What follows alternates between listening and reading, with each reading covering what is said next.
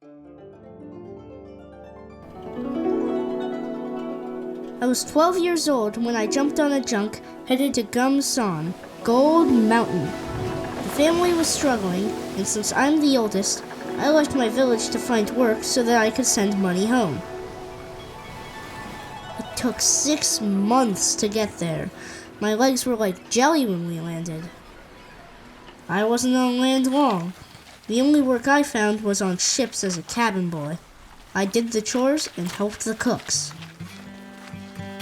After a few years, I struck out to explore California. I built stone fences, dug canals, and tried mining gold, but I didn't strike it rich. In 1864, Central Pacific Railroad was recruiting workers to lay railroad tracks to connect the West Coast to the East Coast. I'd grown to 6 feet, tall for a Chinese man, and I spoke English.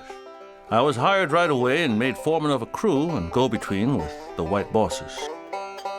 Chinese workers got the most dangerous jobs, especially when the railroad reached the high Sierras.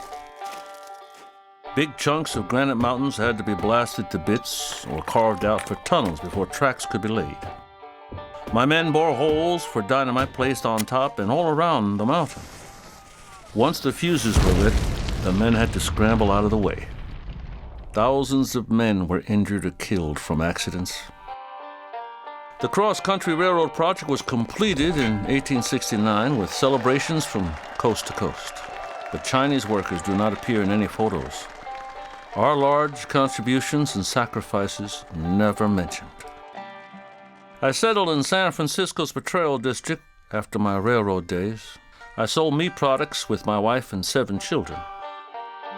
In 2019, 150 years after the completion of the railroad, Chinese workers finally received the recognition we were due.